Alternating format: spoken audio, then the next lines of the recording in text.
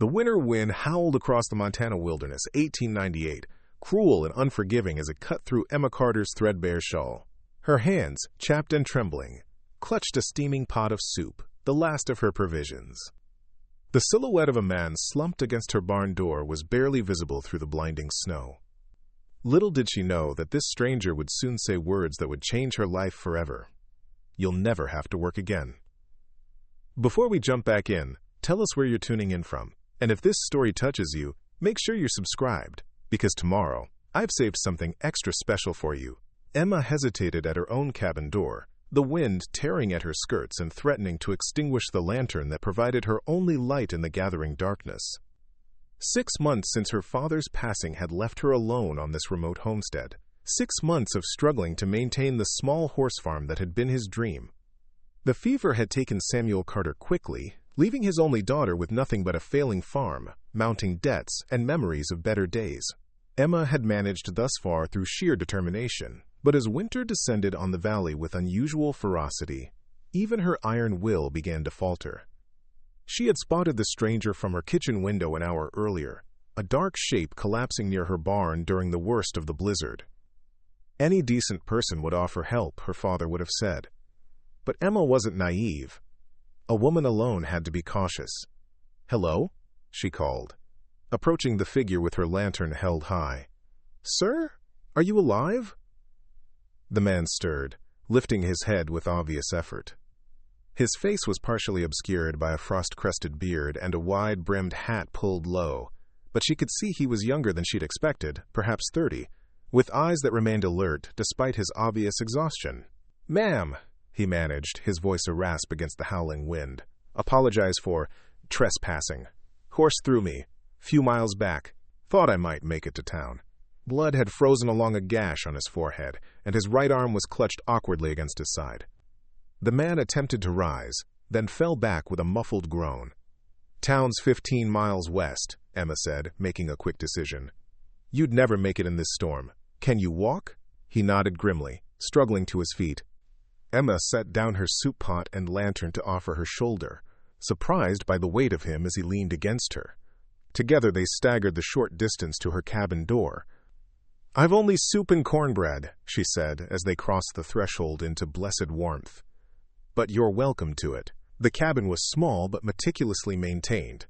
One main room with a stone fireplace, a rough-hewn table with 2 chairs, a curtained-off sleeping area, and shelves lined with the preserves Emma had put up before winter. A spinning wheel sat in one corner, beside baskets of wool yet to be spun. "Name's Jackson Blackwood," the man said as Emma helped him to a chair by the fire. "Most folks call me Jax." "Emma Carter," she replied, retrieving her soup pot from outside. "This is my father's place. Was, I mean." She busied herself ladling the thick vegetable soup into a bowl, setting it before him with a chunk of cornbread. Jax removed his gloves with difficulty, revealing strong, weathered hands. A gold ring glinted on his right hand, not a wedding band, but something with a seal or crest. "You're alone here?" he asked, his voice regaining some strength as he warmed by the fire. Emma stiffened. "I manage fine." Jax raised his hands in a placating gesture, then winced at the movement. "No offense intended, Miss Carter. Just surprised. This isn't easy country for anyone, let alone—" "A woman alone?" Emma finished for him, her chin lifting slightly. "My father taught me everything I need to know about running this place." "Except how to keep strangers from collapsing at your door," Jax said with the ghost of a smile. "For which I'm grateful." As he ate, Emma assessed her unexpected guest. Beneath the trailed dust and blood, his clothes were of good quality. A well-made coat, solid boots. Not a drifter, then. Perhaps a rancher from one of the larger spreads to the south, or a businessman from Helena caught in the storm. "Your arm needs tending," she observed, gathering clean rags and a bottle of whiskey her father had kept for medicinal purposes. "Ribs," Jax corrected. "Bruised or cracked when Thunder decided he'd had enough of carrying me through this blizzard. Don't blame him, really." "Thunder?" Emma poured a small measure of whiskey into a cup and handed it to him. "My horse," Jax explained, wincing as he sipped the liquor. Ornery old stallion with more opinions than sense. Spooked at something in the storm and sent me flying. He's probably halfway to Sweetgrass Creek by now, the traitor. Emma couldn't help the small smile that touched her lips. There's a lean-to behind the barn. If your Thunder has any sense at all, that's where he'll be. Smart woman, Jax observed, his eyes holding hers for a moment longer than necessary.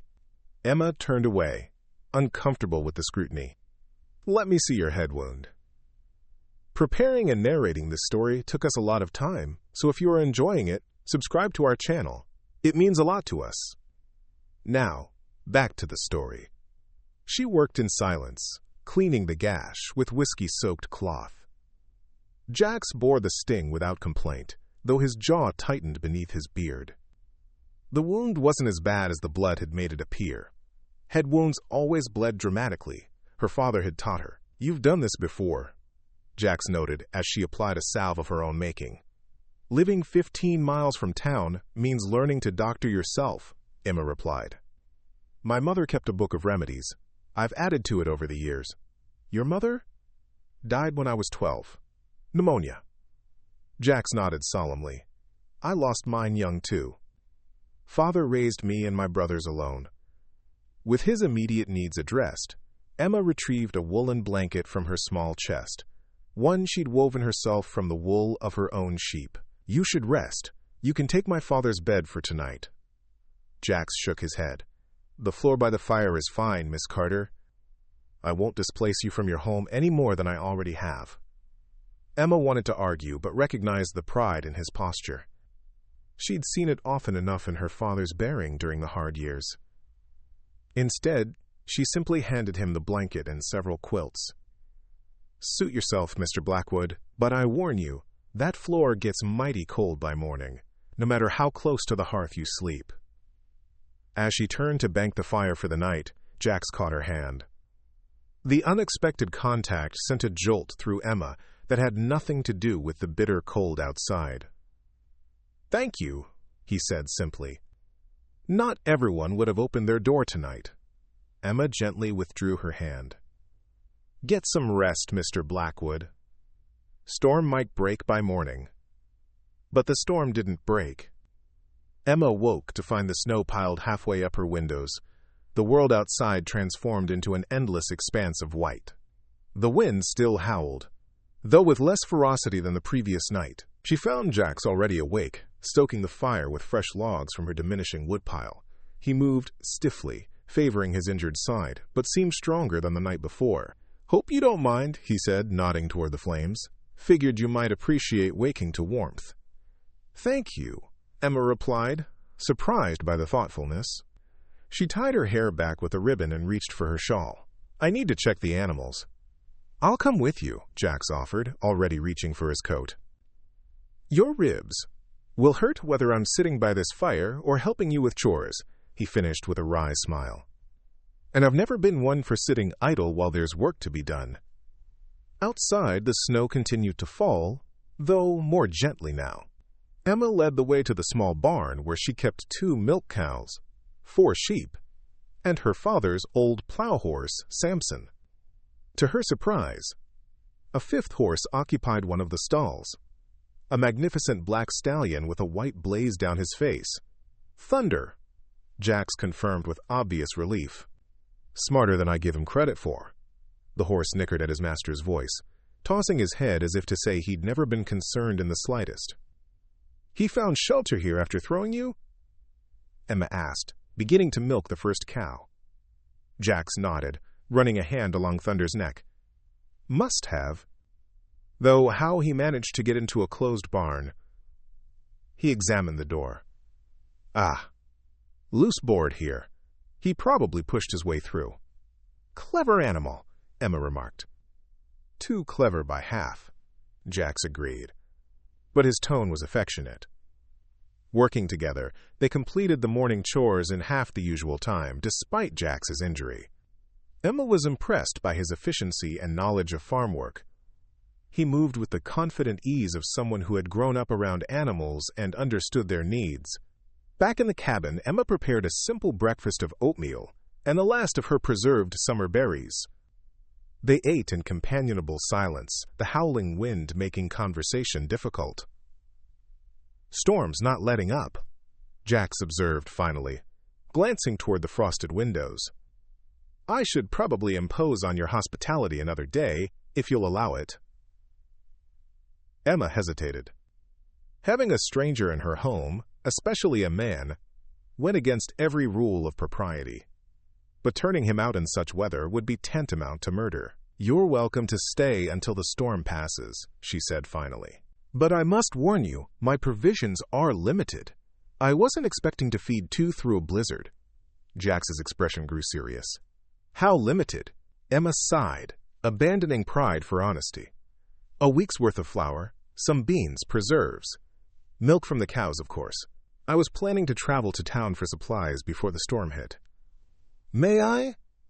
Jax gestured toward her pantry. With Emma's nod, he conducted a brief inventory, his expression growing more concerned with each shelf he examined. "Miss Carter," he said finally, turning to face her, "forgive my bluntness, but you are heading into winter dangerously underprepared."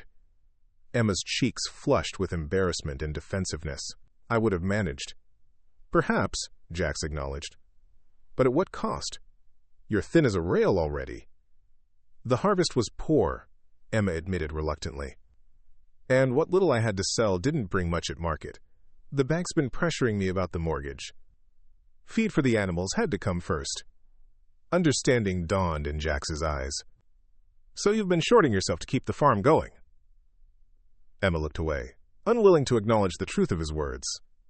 Her father had built this place from nothing, pouring 20 years of sweat and hope into the rocky Montana soil. She wouldn't, be the one to lose it. "It's not charity," Jax said after a moment, seeming to read her thoughts. "But I've got supplies in Thunder's saddlebags.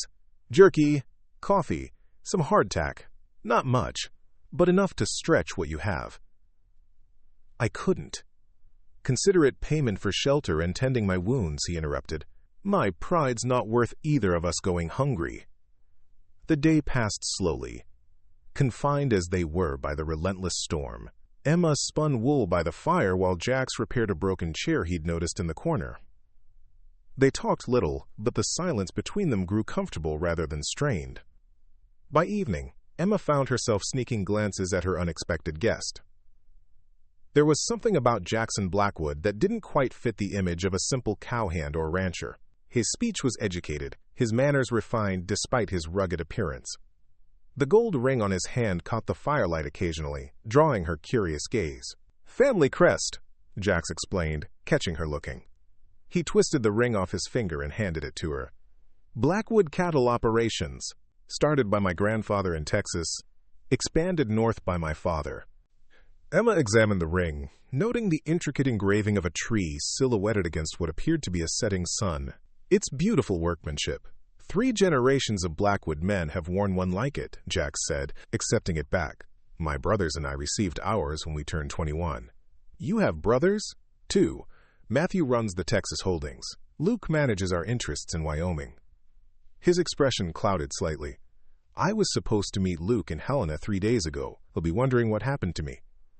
"When the storm breaks, you can be on your way," Emma assured him, trying to ignore the small pang the thought caused. Jax studied her for a long moment. "What about you, Miss Carter? Any family to help with this place?" Emma shook her head. "Just me now. Father was an only child, and Mother's family disowned her when she married beneath her station. They live back east somewhere. Boston, I think. We never heard from them." "That must be lonely," Jax observed quietly. "Busy," Emma corrected. "Too busy for loneliness most days." That night, after a simple supper of bean soup, made more substantial by Jax's contribution of jerky, Emma found herself reluctant to retire. Something about having another person in the cabin, the simple sound of another human breathing, made her realize how isolated she'd been these past months. "Your father," Jax said as they sat by the fire. "What was he like?"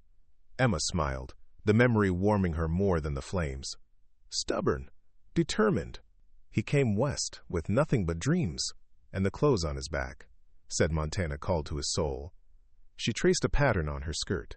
Everyone told him this land was too harsh, too unforgiving for the kind of horse farm he envisioned. He proved them wrong year after year. Until the drought 3 years ago. Then the early frost last year that killed half our foals. Emma's voice grew tight. He never recovered from that loss. Worked himself to exhaustion trying to save the rest. That's when the cough started. Jax leaned forward, adding another log to the fire. You've kept it going, though. On your own. Trying to, Emma acknowledged. The bank's given me until spring to make good on the loan. If I can raise a healthy crop of foals. She left the sentence unfinished. And if not? Emma's jaw tightened. I don't consider if not an option, Mr. Blackwood. Jax nodded, respect evident in his gaze. A woman after my own heart. Blackwoods don't acknowledge defeat either. The storm raged for 2 more days, during which time Emma and Jax fell into an unexpectedly comfortable routine. He insisted on handling the heavier chores despite his injured ribs, chopping wood and clearing paths to the barn. Emma tended the animals and prepared their simple meals, stretching ingredients with a creativity born of necessity. They talked more freely as the hours passed, sharing stories of their childhoods and dreams.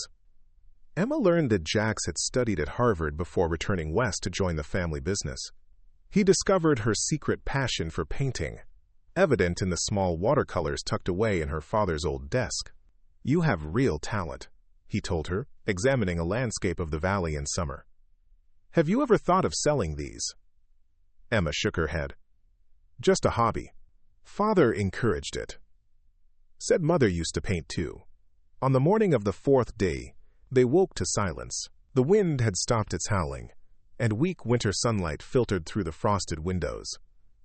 Storm's broken, Jax observed, peering outside. Road to town should be passable by tomorrow.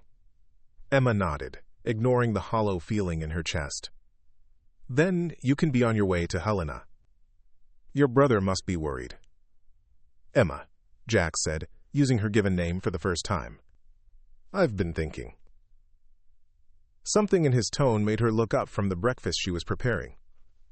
Your horse farm, he continued. What would you need to make it viable again? Emma laughed without humor. A miracle. New breeding stock. Capital for improvements. Another pair of hands. She shook her head. Things I can't afford. What if you could? Jax pressed. What if you had a partner? An investor? Emma stilled. What are you suggesting, Mr. Blackwood? Blackwood Enterprises is expanding into horse breeding, he explained, pacing the small cabin with growing animation. We've been looking for the right property, the right expertise. Your land has potential, good water, protected valley, established buildings. And you clearly know horses. My father knew horses, Emma corrected. I'm just trying to preserve what he built. You're selling yourself short, Jax countered. I've watched you these past days. You have instinct, intelligence, determination, qualities any business partner would value. Emma set down the wooden spoon she'd been holding. Are you offering me charity, Mr. Blackwood? Because if so, business, Jax interrupted firmly. Pure and simple. Blackwood invests in your operation. You provide the local knowledge and day-to-day management. We split the profits. The Blackwood name brings buyers, connections, resources you couldn't access on your own.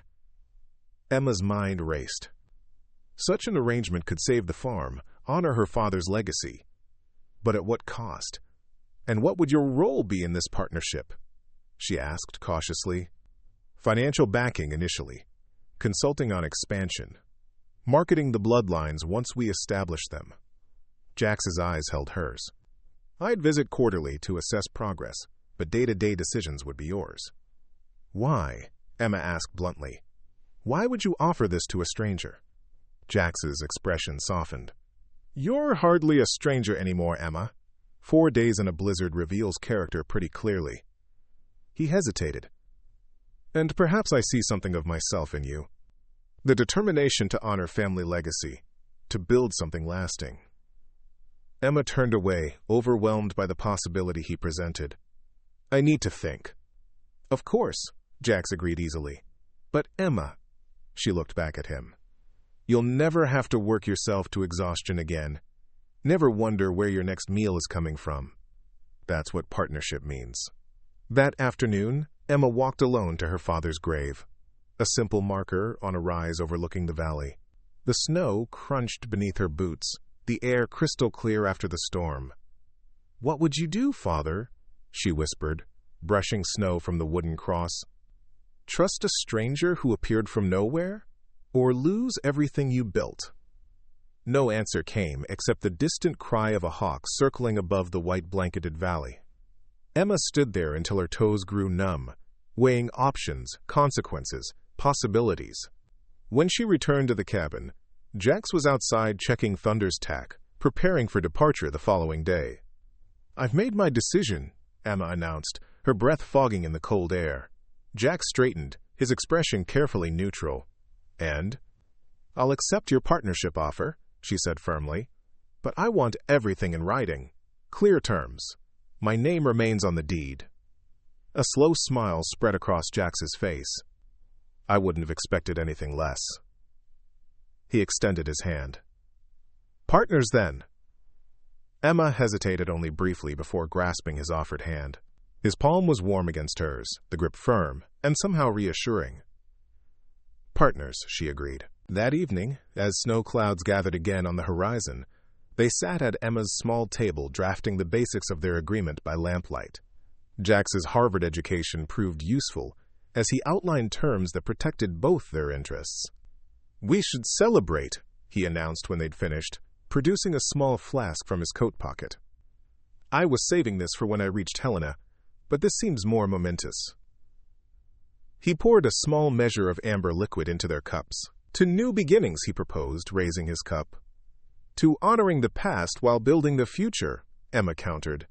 Their cups touched with a gentle clink. As Emma sipped the fine whiskey, so different from her father's medicinal variety, she studied the man across from her. 4 days ago, he'd been a stranger collapsed at her door. Now he held the future of her father's dream in his hands.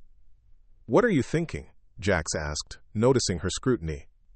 "That my father would say I'm either very wise or very foolish," Emma admitted, "and that I won't know which until spring." Jax's expression grew serious. "I give you my word, Emma Carter, this partnership will save your farm. And one day, when Carter Blackwood horses are sought after throughout the West, you'll look back on this blizzard as the best thing that ever happened to you." Emma allowed herself a small smile. "Perhaps. Or perhaps you'll be the one grateful that your ornery horse threw you within sight of my barn." Jax laughed, the sound rich and warming in the small cabin. "I already am, Emma. I already am." As night descended and the wind began to rise again, promising another night of storm, Emma realized that for the first time since her father's death, she felt something like hope. Whether from the partnership, the whiskey, or the man himself, she couldn't say, nor did she care to examine the question too closely. Tomorrow would bring what it would. For tonight, she wasn't alone, facing an impossible burden. For tonight, that was enough. Morning dawned clear and cold, sunlight sparkling on the fresh snow that blanketed Emma Carter's small horse farm. She stood on the porch, a steaming cup of coffee warming her hands as she watched Jackson Blackwood prepare Thunder for the journey to Helena. Despite her initial certainty about their business arrangement, Emma found herself battling unexpected doubts as the moment of his departure drew near. "You're sure your brother won't think you've lost your mind?" she called, attempting to keep her tone light. "Investing in a failing farm, owned by a woman you barely know?"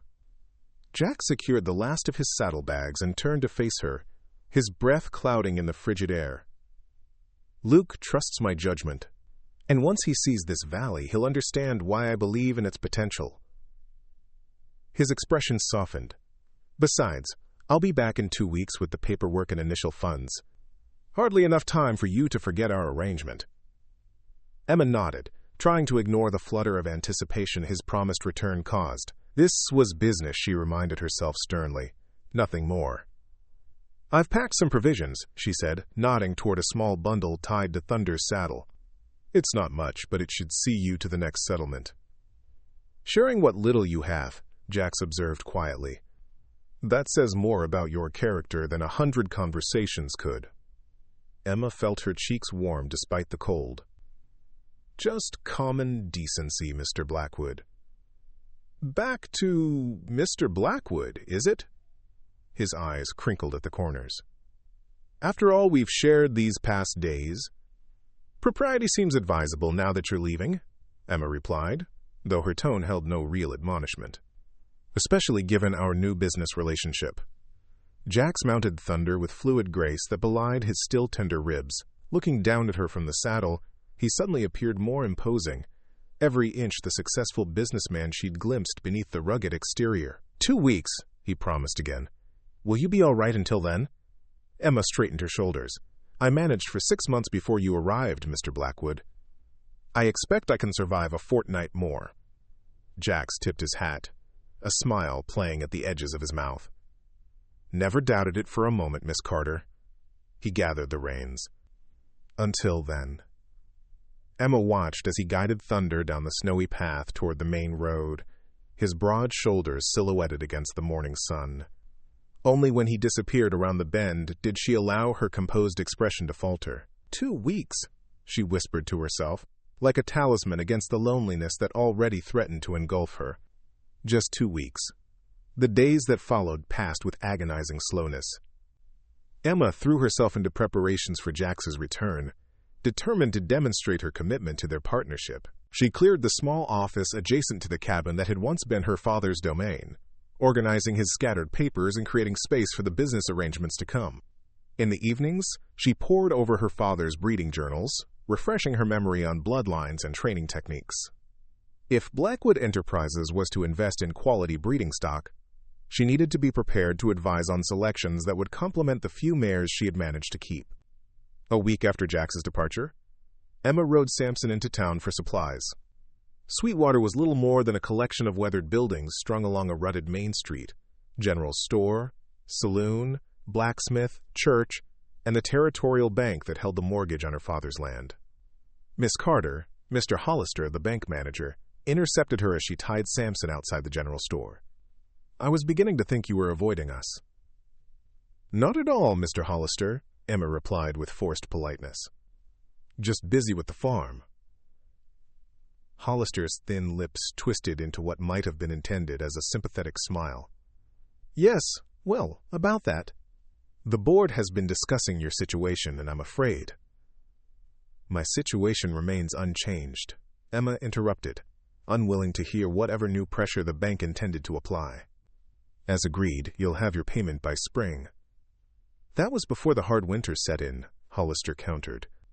With feed prices rising and no income prospects until foaling season, the board feels it would be more humane to foreclose now before you sink deeper into debt. Emma's hands clenched at her sides. I believe our agreement was clear. I have until May. Unless circumstances change significantly, Hollister quoted from the contract she'd signed after her father's death. The board considers this winter an exceptional circumstance, and I consider your attempt to seize my property before the agreed deadline dishonorable, Emma retorted, her patience evaporating. My circumstances are about to improve considerably, Mr. Hollister. I've secured an investment partner. Hollister's eyebrows rose in obvious disbelief. Is that so? May I ask who would be foolish? Optimistic enough to invest in your operation? Blackwood Enterprises, Emma said, taking satisfaction in the shock that registered on the banker's face. Perhaps you've heard of them? Hollister's mouth opened and closed several times before he managed to speak. Blackwood? The cattle barons? The very same, Emma confirmed, brushing past him toward the store entrance. So you see, Mr. Hollister, there's no need for concern about your loan. Good day. Inside the store, Emma leaned against a shelf, her heart racing. She hadn't intended to reveal her arrangement with Jax, not until the paperwork was signed and the partnership formalized. But Hollister's smug certainty of her failure had provoked her. Quite a bombshell you dropped out there, came a voice from behind the counter. Mabel Jenkins, the storekeeper's wife, was arranging tobacco tins with a knowing smile. Hollister looked like he'd swallowed a live toad.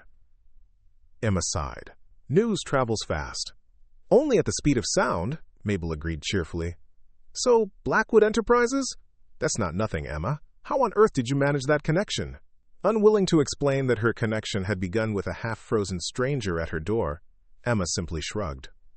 Fortune favors the prepared, my father always said. Well, it's about time fortune favored you, girl, Mabel said kindly. Samuel would be proud. Now, what can I get you today? Emma presented her list, conscious that the items she could now afford reflected her changing circumstances. Coffee, sugar, flour, dried fruits, a bolt of sturdy cotton for new curtains. Small luxuries she'd denied herself for months. Expecting company? Mabel asked shrewdly as she added a jar of honey to Emma's purchases. Just preparing for business discussions, Emma replied, hoping her burning cheeks would be attributed to the store's warmth rather than the memory of Jax's smile. On the ride home, Emma's thoughts churned.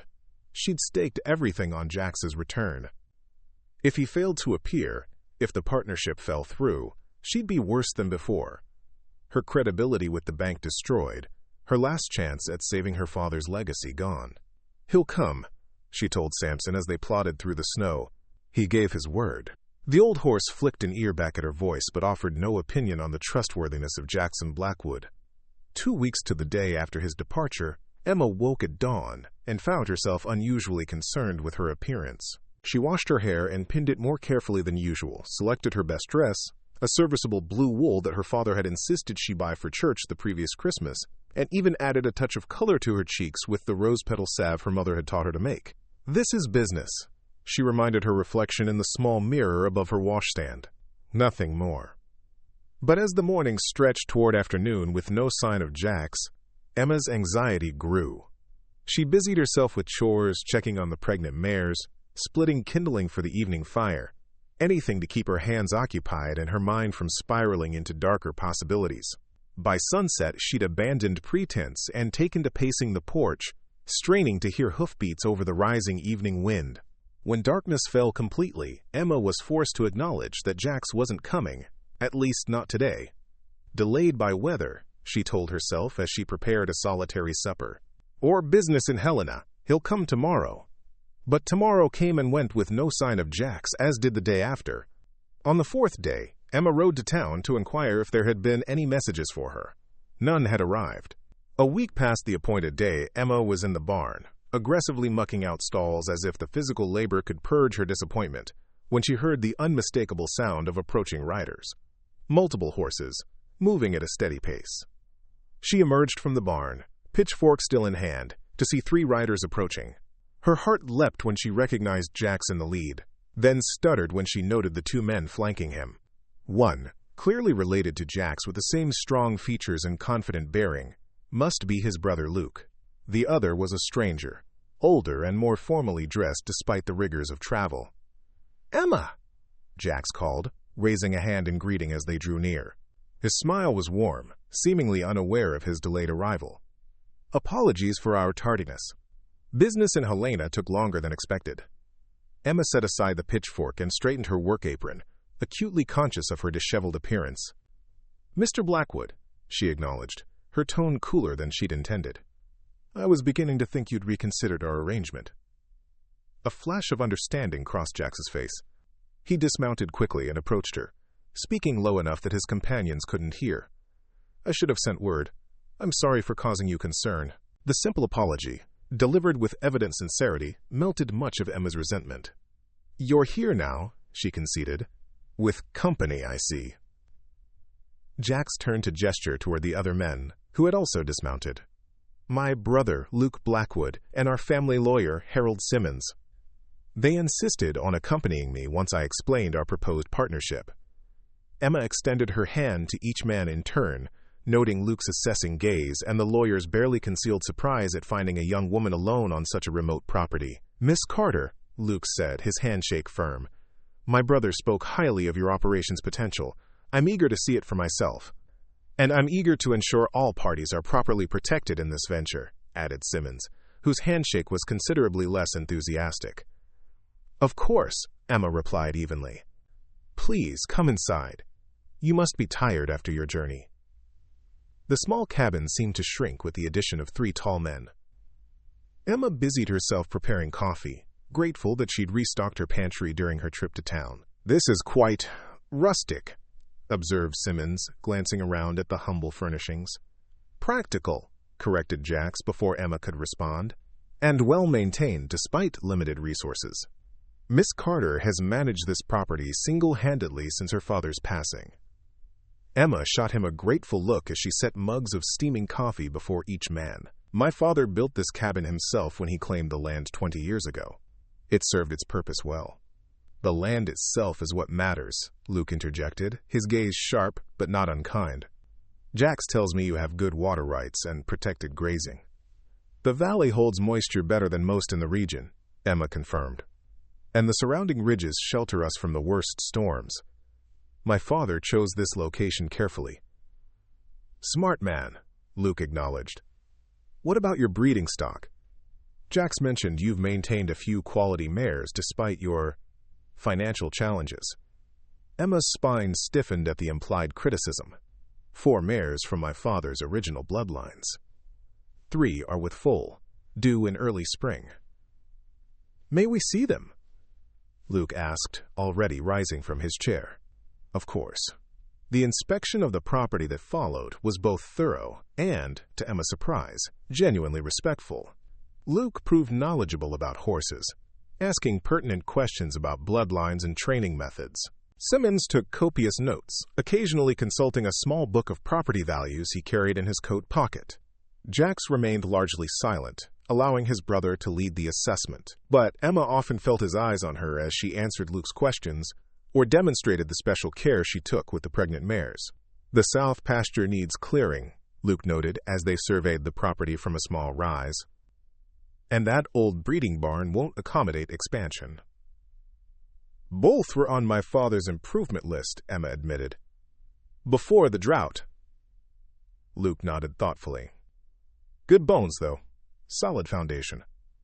With capital investment. He turned to Jax. You were right about the potential. Unusual to find such well-protected grazing in this region. Then you support the partnership? Jax asked. Luke's gaze shifted to Emma. Assuming Miss Carter agrees to proper oversight and expansion plans, yes. It's an acceptable risk. Oversight? Emma questioned, her earlier warmth cooling. I understood I would maintain day-to-day management. With quarterly consultation, Luke confirmed, but given the significant capital investment Blackwood Enterprises would be making, we would require more substantial involvement during the expansion phase. Perhaps 6 months of direct supervision. By whom? Emma pressed, though she suspected she already knew the answer. Jax has volunteered to relocate temporarily to oversee the initial improvements, Luke explained. Given his personal interest in the project. Emma's eyes flew to Jax, who was watching her reaction carefully. Relocate? Here? If that's acceptable, Jax said quietly. The partnership agreement includes provision for construction of a separate residence on the property. I wouldn't intrude on your home. Emma's mind raced. Having Jax on the property daily, working alongside her, sharing meals, planning the future of her father's dream. The prospect was both exhilarating and terrifying. I see, she managed finally. And if I find these terms unacceptable? Then we thank you for your time and wish you luck with your endeavors, Luke replied promptly, earning a sharp look from his brother. Blackwood Enterprises doesn't enter partnerships without proper safeguards, Miss Carter, however promising the opportunity. Emma nodded slowly, understanding the ultimatum beneath the polite phrasing. Accept Jax's presence or lose the investment, and with it, her father's farm. I'd like to review the full agreement before making my decision, she said finally. Of course, Simmons spoke up. I've prepared a comprehensive contract for your review. Perhaps we could discuss it over dinner? I noticed a hotel in town. I've prepared a meal, Emma interrupted. Simple fare, but filling. You're welcome to stay. The evening passed in detailed discussion of contract terms, projected expenses, and expected returns on investment. Emma found herself impressed by the thoroughness of the preparations Jax had made during his absence. He'd researched market prices for quality foals, calculated feed costs, and even prepared architectural sketches for the proposed improvements. You've given this considerable thought, she observed, during a lull in the conversation. "I don't enter partnerships lightly, Emma," Jax replied, his use of her given name drawing a raised eyebrow from his brother. "Especially ones I believe could change lives." As the evening wore on, Luke and Simmons excused themselves to smoke pipes on the porch. Leaving Emma and Jax alone at the table littered with papers and empty coffee cups. "You're upset about the oversight provision," Jax said without preamble. Emma sighed. "I've run this farm alone for 6 months. The idea of suddenly having to consult on every decision." "Not every decision," Jax corrected gently. "Just the major expenditures, breeding selections, expansion priorities. Day-to-day operations would remain entirely your domain." "And your presence here? Is that negotiable?" Jax hesitated. Luke insisted on direct Blackwood involvement, given the size of the investment. It was the best compromise I could secure. "I see." Emma studied him. "And is it a hardship for you, relocating to such a rustic setting?" A slow smile spread across Jax's face. "Quite the opposite. I've spent too many years in offices and boardrooms, Emma. The prospect of building something tangible, working with my hands again." He glanced around the cabin. "There's honesty in this life that I've missed." Emma found herself returning his smile despite her reservations. "It won't be easy. The work is hard. The days long." "I'm not afraid of hard work," Jax assured her. "And I suspect the company will make the long days worthwhile." Heat rose in Emma's cheeks at the implication. "Mr. Blackwood, we're back to that again?" He teased gently. "Your brother and lawyer are just outside," Emma reminded him, "and we're discussing a business arrangement." "So we are," Jax acknowledged, sobering. "I apologize if I've overstepped. My interest in this partnership is primarily business, Emma, but I won't pretend there isn't a personal element as well. I admire you, your determination, your resilience. Working alongside you would be an education I'd value." Before Emma could formulate a response, the door opened, admitting Luke and Simmons with a gust of cold air. "Contract solid," Luke announced, apparently having discussed it further with the lawyer. "Favorable terms for both parties, appropriate protections. If Miss Carter agrees, we could begin implementation immediately." All eyes turned to Emma. In that moment, she felt the weight of her father's legacy, the responsibility of preserving what he'd built, and the terrifying possibility of failure if she chose wrongly. "I need one amendment," she said finally. "A clause specifying that regardless of investment, the Carter name remains prominently associated with the operation. This was my father's dream. I won't have it erased." "Carter Blackwood Horse Farm," Jack suggested immediately, honoring both legacies. Luke and Simmons exchanged glances. "Acceptable," Luke confirmed. "Anything else?" Emma took a deep breath. "The oversight provision stands, including Mr. Blackwood's temporary residence on the property. But I want it explicitly stated that after the initial 6-month period, day-to-day management reverts entirely to me, with only quarterly consultation, as originally discussed." "Reasonable," Luke agreed, looking faintly impressed by her negotiating stance. "Simmons can amend the contract tonight. We could sign tomorrow, weather permitting." "Tomorrow," Emma echoed, the reality of the decision settling over her. With a signature, she would save her father's farm, but at the cost of independence, she'd fiercely guarded. Yet, looking at Jax, seeing the respect and something more complicated in his eyes, she couldn't summon regret. "We should return to town for the night," Luke announced, gathering his papers. "Miss Carter needs time to review the final terms." "I'll catch up," Jax said. "I'd like to discuss the immediate priorities with Miss Carter while they're fresh in my mind." Luke cast a knowing look between them but nodded. "Don't be long. Storm's brewing." After his brother and Simmons had departed, Jax helped Emma clear the table in companionable silence. Only when the last cup was washed and dried did he speak. "Are you certain about this, Emma? Once signed, there's no turning back." Emma leaned against the sink, studying him in the lamplight. "Are you having second thoughts, Mr. Blackwood?" "No," he answered without hesitation. "But I want to be sure you're entering this partnership with clear eyes. Your life will change. Your independence will be curtailed, at least temporarily. My father used to say that sometimes you have to bend to avoid breaking," Emma replied softly. "This farm means everything to me. If bending means accepting help, even oversight, then I'll bend." Jax stepped closer, close enough that Emma could see the flecks of gold in his brown eyes. "And my presence here? Will that be too difficult?" The question hung between them, laden with unspoken implications. Emma knew she should step back, maintain professional distance, but found herself rooted to the spot. "I suspect it will be challenging in ways neither of us fully anticipates," she admitted. "But I'm not afraid of challenges, Mr. Blackwood." "Jax," he corrected softly. "If we're to be partners, in any capacity, I'd prefer you use my name." "Jax," Emma conceded, the single syllable feeling strangely intimate. "I believe we can make this work, despite the complications." He smiled then, the expression transforming his face in a way that made Emma's heart skip. "So do I, Emma. So do I." As he donned his coat and prepared to follow his brother to town, Jax paused at the door. "When I return tomorrow, assuming you sign, I'll bring the initial capital funds. We can begin ordering supplies immediately."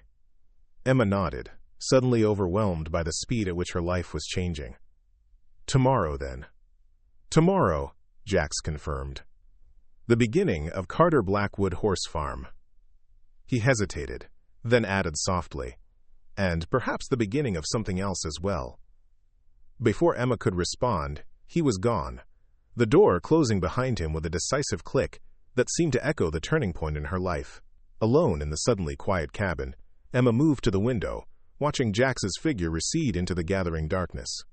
"Something else," she whispered to herself, allowing hope to unfurl alongside the business pragmatism that had driven her decision. Perhaps. Spring came to the Montana Valley with a suddenness that transformed Emma Carter's world. One morning she woke to frost-covered windows, and the next, it seemed, wildflowers dotted the south-facing slopes, and the creek ran high with snowmelt from the surrounding ridges. 3 months had passed since she'd signed the partnership agreement with Blackwood Enterprises. 3 months of more changes than she'd experienced in all her previous years combined. Emma stood on the porch of her cabin, no longer the only dwelling on the property, and surveyed what was rapidly becoming Carter Blackwood Horse Farm. The old breeding barn had been rebuilt and expanded, gleaming with fresh paint and new equipment. A proper bunkhouse now stood where once there had been only a lean-to, housing the 4 ranch hands that Jax had hired to assist with the growing operation. And across the yard, a handsome 2-room cabin neared completion, Jax's promised separate residence. "Quite a difference, isn't it?" came his voice from behind her. Emma turned to find Jax approaching, his shirt sleeves rolled up and sawdust clinging to his hair. He'd been helping the carpenter with the finishing touches on his cabin, insisting on doing much of the work himself, despite the fact that he could have easily hired more men. "Sometimes I hardly recognize it," Emma admitted. "Father would be amazed." "Proud," Jax corrected gently. "He'd be proud of what you've preserved and how you're building on his foundation." Emma smiled, still sometimes startled by how well Jax seemed to understand her thoughts. These past months had created a partnership that went beyond business, a friendship built on shared dreams and daily challenges overcome together. "The new mayor settled in?" she asked, changing the subject before her thoughts could wander into more dangerous territory. Jax nodded, leaning against the porch railing. "Skittish still, but Miguel has a way with the nervous ones. Give her a week, and she'll be acting like she was born here."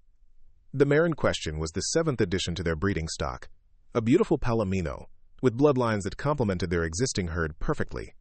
Each acquisition had been carefully chosen, Jax deferring to Emma's expertise, while providing contacts and negotiations that would have been impossible for her to access alone. "The foals are thriving," Emma said, nodding toward the nearest paddock, where 3 gangly-legged new arrivals frolicked in the spring sunshine. "Mr. Thornton from Helena is coming next week to see them. If he purchases as planned, we'll have our first substantial income." "First of many," Jax assured her. Word is spreading about Carter Blackwood quality. I've had inquiries from as far as Wyoming and Idaho. Pride swelled in Emma's chest. Father always said his horses would be sought after someday. He just didn't live to see it happen. He laid the groundwork, Jack said, his gaze warm as it met hers. You're making it a reality. We are, Emma corrected, giving credit where it was due. Without Jax's investment in business acumen, her father's dream would have remained just that, a dream buried under mounting debt and impossible odds. A comfortable silence fell between them, broken only by the distant hammering from Jax's cabin and the whickering of horses in the fields. These quiet moments had become increasingly precious to Emma, opportunities to simply exist in Jax's company without the pressures of business decisions or the watchful eyes of the ranch hands. Luke's telegram arrived, Jack said finally. He'll be here next week for the quarterly review. Emma's contentment dimmed slightly. Luke Blackwood's visits, while necessary under their agreement, always left her feeling judged and found wanting, despite the operation's obvious progress. I've prepared the accounts, she said, her tone more formal. Everything is in order. Jack studied her with a knowing expression. Luke's impressed by what we've accomplished, Emma. He just shows it differently than most folks. If by differently you mean not at all, then yes, Emma replied dryly. Jax laughed, the sound still rare enough to send a pleasant warmth through Emma's chest. He's a businessman first, but believe me, if he wasn't satisfied, we'd have heard about it in no uncertain terms. I suppose that's comforting, Emma conceded with a small smile. Miss Carter. Mr. Blackwood. Miguel's urgent call interrupted their conversation. The young ranch hand was running toward them from the direction of the foaling barn, his expression alarmed. The Rivera mare, he gasped as he reached them. She's in trouble. Baby's coming, but something's wrong. Emma and Jax exchanged one quick glance before both were in motion, hurrying toward the barn where their most valuable broodmare had begun labor earlier that morning. Emma gathered her skirts, outpacing even Jax's long strides in her urgency. Inside the barn they found Esperanza, the beautiful Andalusian mare that represented their largest investment, lying on her side in the straw. Her sides heaved with effort, but despite her obvious distress, no progress was visible. How long has she been pushing? Emma demanded, kneeling beside the mare's head to stroke her neck soothingly. Almost an hour, Miguel replied anxiously. I checked as you taught me. The foal is not positioned right. Breech, Emma concluded grimly after a quick examination. She looked up at Jax, who had already removed his vest and was rolling up his sleeves further. We'll need to turn it. Tell me what to do, he said without hesitation. For the next 30 minutes, they worked in tense harmony, Emma guiding Jax's larger hands as he reached inside the distressed mare to reposition the foal. Miguel kept Esperanza calm, murmuring to her in Spanish, while Emma monitored both mother and unborn foal with an expertise born of years at her father's side during difficult birthings. There. Emma breathed as Jax made a final adjustment. Can you feel the head now? Jax nodded, sweat beading on his forehead despite the barn's coolness. Head and one leg forward. Good. Ease out now, slowly, Emma instructed. Let her do the rest. Jax carefully withdrew, and they watched anxiously as Esperanza gathered her strength for another push. Long minutes passed, the mare's breathing labored but steady. Come on, girl, Emma whispered, her hand never leaving the mare's neck. You can do this. As if hearing her encouragement, Esperanza gave a mighty push. A tiny hoof appeared, then another. And finally, with a rush of fluid, the foal slid into the world in a tangle of spindly legs and wet coat. A colt! Miguel exclaimed as the newborn shook his head, blinking enormous dark eyes. Emma quickly cleared the foal's nostrils and mouth, ensuring his first breaths were unobstructed. Jax watched her work with undisguised admiration, her movements confident and precise. He's perfect, Jax said softly as the colt struggled to rise on wobbling legs. Worth every moment of worry. Emma looked up, suddenly aware of how they must appear, both covered in straw and less pleasant substances, disheveled and exhausted, yet sharing a moment of pure joy at the miracle before them. Something shifted in Jax's expression as their eyes held, something that made Emma's breath catch. "I'll fetch fresh water," Miguel announced, either oblivious to the tension suddenly crackling between his employers or tactfully providing them privacy. When they were alone, Jax reached out to brush a strand of hair from Emma's cheek, his touch lingering longer than necessary. "You were magnificent," he said, his voice rough with an emotion Emma dared not name. "I've never seen anything like it." "Just experience," Emma demurred, though pleasure at his praise warmed her. "My father taught me well." "It's more than that," Jax insisted. "It's instinct. Compassion. Strength." His hand fell away reluctantly. "Carter Blackwood is lucky to have you." The moment stretched between them, pregnant with unspoken possibilities. Then Esperanza nickered softly to her foal, breaking the spell. "We should let them bond," Emma said, rising from her knees with Jax's steadying hand at her elbow.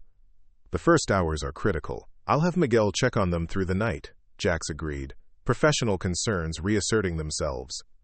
"This little fellow represents a significant investment." Emma nodded, stepping back to a safer distance.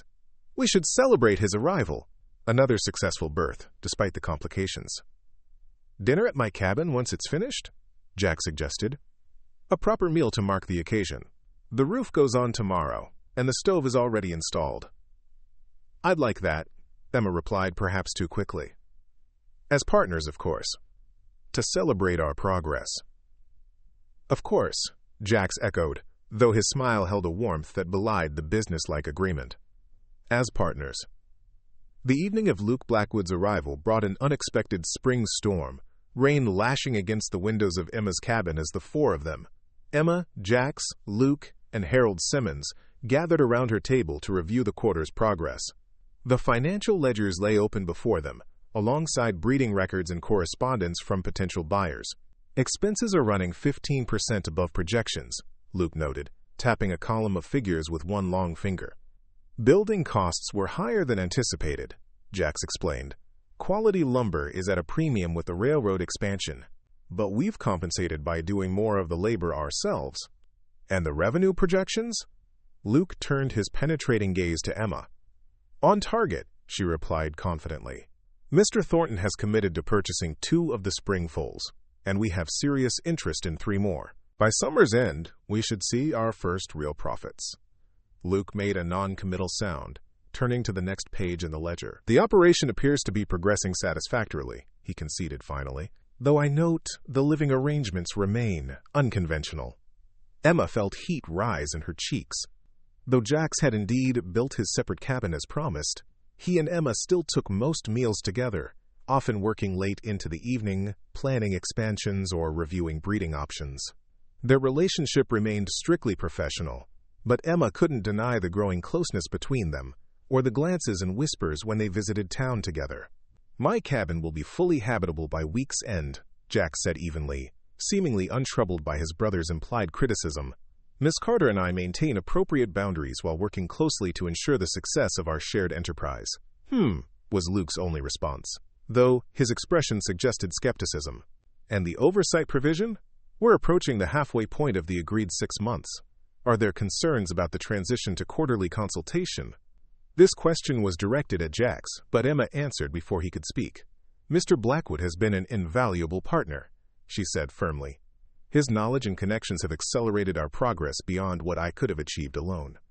That said, I'm fully prepared to assume day-to-day management when the time comes, with his continued guidance on a quarterly basis."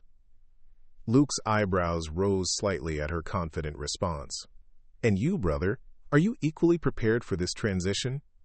Something flashed in Jax's eyes, too quickly for Emma to interpret, before he nodded. "Miss Carter has proven herself more than capable. I have every confidence in her leadership." "Very well," Luke said, closing the ledger with a decisive snap. "Barring unforeseen circumstances, it appears the original agreement will proceed as planned. Miss Carter will assume primary management in 3 months' time, with Blackwood Enterprises maintaining its investment and quarterly oversight." Emma should have felt triumph at this validation of her abilities. Instead, an unexpected hollowness opened in her chest at the reminder that Jax's daily presence, his steady support, his quiet strength, his rare but treasured smiles, had an expiration date. "If that concludes our business," Jack said, rising from the table, "I believe Emma has prepared supper. Perhaps we could continue our discussions in a more comfortable vein." The meal that followed was a testament to how far Emma's circumstances had improved. No longer limited by desperate frugality, she had prepared a roast with spring vegetables, fresh bread, and even a berry pie for dessert. The conversation remained largely focused on business, though occasionally veering into more general topics when Simmons inquired about local conditions or Luke reluctantly shared news from their Texas holdings. Throughout the evening, Emma found her attention repeatedly drawn to Jack's. The way he subtly ensured her perspective was included, how he deflected his brother's more pointed questions, the quiet pride in his voice when he spoke of what they'd accomplished together. She wondered, not for the first time, what would happen to this undefinable connection between them when their daily partnership ended. After supper, as the storm intensified outside, Luke and Simmons retired to Emma's father's old room, which had been prepared for their overnight stay. Emma busied herself with clearing dishes while Jax built up the fire against the unusual spring chill. "I should return to my cabin before the rain worsens," Jack said when they were alone, though he made no move toward the door. "The roof isn't finished," Emma reminded him. "You'll be soaked through." "The main beam is secure," Jax countered, though without conviction. "I've slept in worse conditions." Emma hesitated, then gestured to the bench beside the fire. "At least stay until the worst passes. There's coffee still warm." Jax accepted with a grateful smile, settling onto the bench while Emma poured 2 cups of coffee. She joined him, careful to maintain a proper distance despite the bench's small size. "Luke was impressed," Jack said, after a comfortable silence, though he'd rather chew glass than admit it directly. Emma laughed softly. "Is that what his grunt of satisfactory progress meant?" "I wondered." "From Luke, that's effusive praise," Jax confirmed, his eyes crinkling at the corners. He had serious doubts about this venture. "And now?" "Now he's calculating the return on investment and wondering if we should replicate the model elsewhere." Jax's voice held unmistakable pride. "You've proven all his doubts unfounded, Emma." "We have," she corrected gently. "This is as much your achievement as mine." Jax shook his head, his expression turning serious. "I provided capital and connections. You're the heart of Carter Blackwood, Emma. The vision, the expertise, the daily commitment to excellence. In 3 months, when I step back to quarterly consultation." He paused, something vulnerable flickering across his features. "The operation will continue to thrive under your guidance." The hollowness in Emma's chest expanded at his words. At the reminder of the coming separation, neither of them seemed eager to acknowledge directly. "You make it sound as though you'll disappear entirely," she said, trying to keep her tone light. "Quarterly consultation means you'll still be part of Carter Blackwood." "Part of the business, yes," Jax agreed, his gaze fixed on the dancing flames in the fireplace. "But this daily partnership, working side by side." He let the sentence trail off, the implications hanging in the air between them. Emma gathered her courage. "Will you return to Helena permanently?" "I haven't decided," Jax admitted. "There are Blackwood holdings that require attention in Wyoming. Luke has been managing them alongside his own responsibilities, but it's becoming too much for one person." "I see," Emma said, unable to keep disappointment from coloring her voice. Wyoming might as well be the moon for all the chance she'd have of seeing Jax regularly. That would be a significant opportunity for you. "It would," Jax agreed, turning to face her fully. "But opportunity isn't the only consideration in such decisions." The intensity in his gaze made Emma's breath catch. "What other considerations matter to a successful businessman like yourself, Mr. Blackwood?" she asked softly. Jax's hand moved across the small space between them to cover hers. "You know my name, Emma," he reminded her, his voice barely audible above the crackling fire and pounding rain. "And I think you also know what considerations might keep a man rooted to a place, regardless of business opportunities elsewhere." Emma's heart thundered in her chest. "Jax," she whispered, the single syllable carrying question she dared not voice more directly.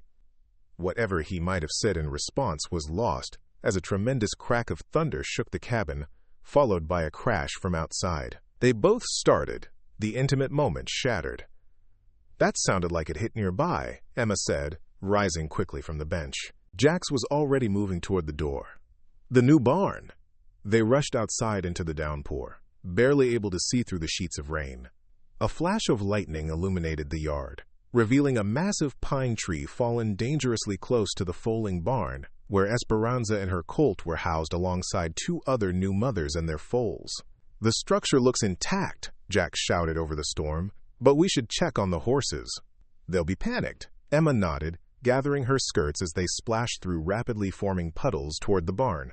Inside, they found the horses indeed agitated, whinnying nervously and moving restlessly in their stalls. "Easy, girl," Emma soothed, approaching Esperanza's stall. The mare calmed somewhat at her familiar voice, though her eyes still rolled fearfully at each thunderclap. Her colt pressed against her flank, trembling. Jax moved through the barn, checking each stall and the structure itself for any damage. "The tree missed us," he reported, returning to Emma's side, "but it took down part of the east fence. We'll need to repair it before morning or risk the horses wandering." Emma nodded grimly.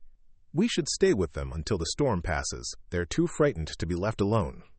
For the next 2 hours, they moved from stall to stall, calming the nervous animals with gentle words and reassuring touches. The storm gradually abated, the thunder growing more distant, though the rain continued steadily. "They're settling now," Emma observed as Esperanza finally lowered her head to nuzzle her sleeping colt. "We should be able to leave them soon." Jax nodded, brushing straw from his sodden shirt. They were both drenched from their dash through the rain, their clothes clinging uncomfortably. "I'll check the fence line at first light, see what repairs are needed."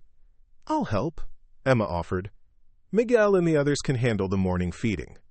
Jax smiled, reaching out to pluck a piece of straw from her hair. The casual gesture turned into something else as his hand lingered, gently tucking a wet strand behind her ear. "You're remarkable, Emma Carter," he said quietly. "Do you know that?" Emma stood perfectly still, afraid to break the spell of the moment. "It's just what needs doing," she demurred. "No," Jax contradicted softly. "It's who you are. Strong, capable, compassionate." His thumb traced a whisper-light path along her jawline. "Beautiful." Emma's eyes widened at the naked admiration in his voice. "Jax." "I know," he interrupted gently. "Partners. Business. Propriety." His hand fell away reluctantly. "But in 3 months, when our formal business arrangement changes—" Hope bloomed in Emma's chest, warm and unexpected. "Yes?" "I'd like to discuss other possibilities," Jax finished, his gaze holding hers steadily. "If you would be amenable." Emma began, but was interrupted by the barn door swinging open to admit a disheveled and anxious Luke. "There you are," Luke exclaimed, taking in their wet appearance with obvious disapproval. "When neither of you returned, I became concerned." "The storm spooked the horses," Jax explained, his tone revealing nothing of the intimate moment his brother had interrupted. "We've been calming them." Luke's gaze moved between them suspiciously. "Both of you? For 2 hours? These animals represent a significant investment," Emma replied with professional crispness. "It would be irresponsible to leave them distressed." Luke seemed unconvinced, but nodded curtly. "The storm has mostly passed. I suggest we all retire for what remains of the night." As they walked back to the cabins, Luke a few steps ahead, Jax leaned close to Emma's ear. 3 months, he murmured, too softly for his brother to hear. "Some conversations are worth waiting for." Emma didn't trust herself to respond, but the small smile she offered in return seemed to satisfy him. As they parted ways, Emma to her cabin, Jax and Luke to temporary accommodations in the bunkhouse until Jax's roof could be properly secured, she felt a lightness in her chest, despite her sodden clothes and exhaustion. 3 months suddenly seemed both an eternity and no time at all. But for the first time since her father's death, Emma found herself looking toward the future with something more than determination or duty. Hope, fragile but undeniable, had taken root alongside the renewed dream of Carter Blackwood Horse Farm. And perhaps, just perhaps, That hope included the possibility of a partnership far more personal than business. Summer settled over the Montana Valley, painting the surrounding hills in lush greens and wildflower splashes of purple and gold. 6 months to the day since the partnership agreement had been signed, Emma Carter stood at the corral fence watching as Miguel exercised one of their yearlings, a magnificent chestnut colt that represented everything the Carter Blackwood breeding program aspired to create. "He's a fine animal," came Jax's voice as he joined her at the fence. "Strong lines, good temperament. Your father would have been proud." Emma smiled, not taking her eyes off the colt's fluid movements. "He's the best of both bloodlines. His dam's intelligence and his sire's strength. Exactly what we hoped for." "What you envisioned," Jax corrected gently. "I just provided the means." Today marked more than the half-year anniversary of their partnership. It was also, according to their agreement, the day Jax would officially step back from daily management, transitioning to quarterly consultation as Emma assumed full leadership of Carter Blackwood Horse Farm. The thought sent a complicated mix of emotions through Emma's chest: pride in what they'd accomplished, confidence in her ability to continue their success, and an undeniable ache at the impending change in their daily interactions. "Mr. Fleming confirmed his arrival for tomorrow," she said, keeping her tone professionally neutral. "He's prepared to make an offer on 3 yearlings, including this one." "The Denver buyer," Jax clarified, though Emma knew he was perfectly aware of who Fleming was.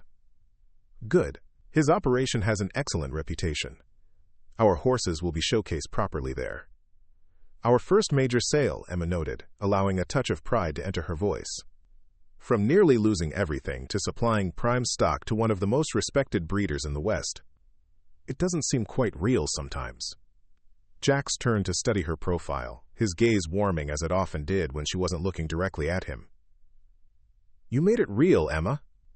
Your determination, your expertise, your unwillingness to surrender your father's dream." "We made it real," she corrected, finally meeting his eyes. "Partners." The word hung between them, laden with meanings beyond business that neither had directly addressed since that night in the barn 3 months ago. Though their work relationship had remained scrupulously proper, Emma had caught Jax watching her with increasingly unguarded admiration. For her part, she'd found herself inventing reasons for their paths to cross throughout each day, treasuring their shared meals and evening planning sessions with a fervor that went far beyond professional interest. "Partners," Jax echoed, his voice deepening slightly. "Speaking of which, I've prepared the transition documents for your review. When you're satisfied, we can make the management change official." Emma nodded, trying to ignore the hollowness expanding in her chest. "I'll review them this evening." "Over supper?" Jax suggested. "At my cabin. Now that it's properly finished, I'd like to return some of the hospitality you've shown these past months." "I'd like that," Emma agreed, perhaps too quickly. Miguel guided the chestnut colt toward them, the animal's coat gleaming in the afternoon sun. "Magnificent, isn't he?" the young ranch hand said proudly. "Best we've produced yet. He certainly makes a compelling advertisement for Carter Blackwood breeding," Jax agreed, reaching out to stroke the colt's glossy neck. "Mr. Fleming will be impressed." "He's asking about our expansion plans," Emma said, accepting the reins from Miguel. "Particularly whether we'll have larger numbers available next season." Jax nodded thoughtfully. "A good sign. Demand precedes supply. We should discuss acceleration of the breeding program over supper." As Miguel led the colt back to the stable, Emma found herself momentarily alone with Jax. 7 o'clock, she suggested. "I need to review the monthly accounts first." 7 it is, Jax confirmed with a smile that made Emma's heart perform an entirely unprofessional flutter. "Don't worry about bringing anything. I've arranged everything."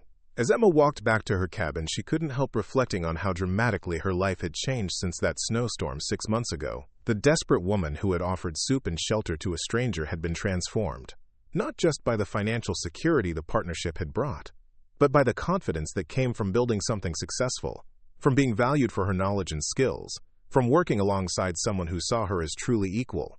And then there was Jax himself. The businessman who had appeared on her doorstep half-frozen had revealed himself to be far more complex than she'd initially assumed. Behind his professional demeanor lay a man of integrity, compassion, and surprising humility.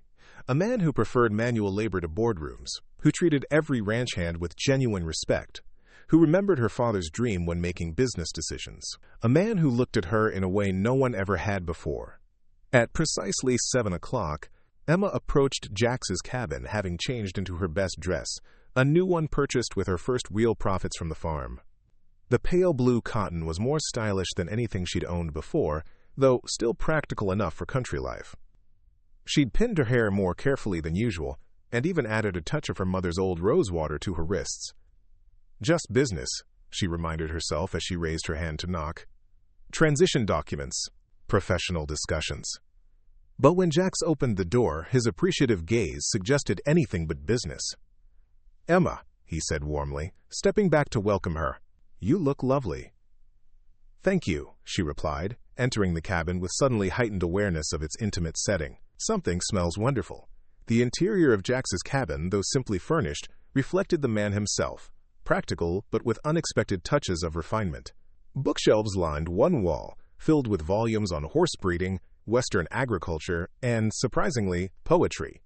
A desk in the corner held neatly organized papers and correspondence. The main room was dominated by a sturdy table set for two, complete with Emma's best tablecloth, borrowed, she suspected, with Rose's complicity, and candles casting a warm glow in the early evening light. "I hope you don't mind," Jax said, following her gaze to the elegant table setting. Rose helped with the preparations. She seems to have definite opinions about how this evening should proceed. Emma smiled, remembering the housekeeper's not-so-subtle hints about Jax's fine qualities over the past months. Rose has opinions about most things. It's part of her charm. Indeed. Jax gestured toward a chair. "Please, sit. I've prepared a proper meal for once, instead of imposing on your hospitality." The dinner that followed was unlike any Emma had experienced on the farm. Roast beef prepared to perfection, vegetables from her own garden but seasoned in ways she'd never attempted, fresh bread still warm from the oven, and a bottle of wine that Jax admitted he'd had specially delivered from Helena. "When you collapsed at my door that night, I was just trying to survive. I never dreamed that the soup and blanket you offered a stranger would change both our lives." Jax finished for her, his eyes warm with love and promise. "Sometimes the smallest kindnesses open the greatest doors, Emma. And sometimes what looks like the end of everything is actually just the beginning." Fleming called them over to discuss prices, momentarily interrupting their private exchange. But as they turned to business, Emma carried Jax's words in her heart. A reminder that life's darkest moments often conceal unexpected blessings, that courage in the face of seemingly insurmountable obstacles can lead to rewards beyond imagination, and that true partnership, founded on mutual respect and genuine love, can transform not just circumstances but souls. From a widow facing destitution to a woman standing proudly beside the man she loved, building a future on her own terms, Emma's journey had come full circle. And as she negotiated confidently with Fleming, her father's ring warm on her finger and Jax's steadfast presence beside her, she knew with absolute certainty that the words he had spoken that snowy night had indeed come true. She would never have to work alone again. Up next, you've got 2 more standout stories right on your screen. If this one hit the mark, you won't want to pass these up. Just click and check them out. And don't forget to subscribe and turn on the notification bell so you don't miss any upload from us.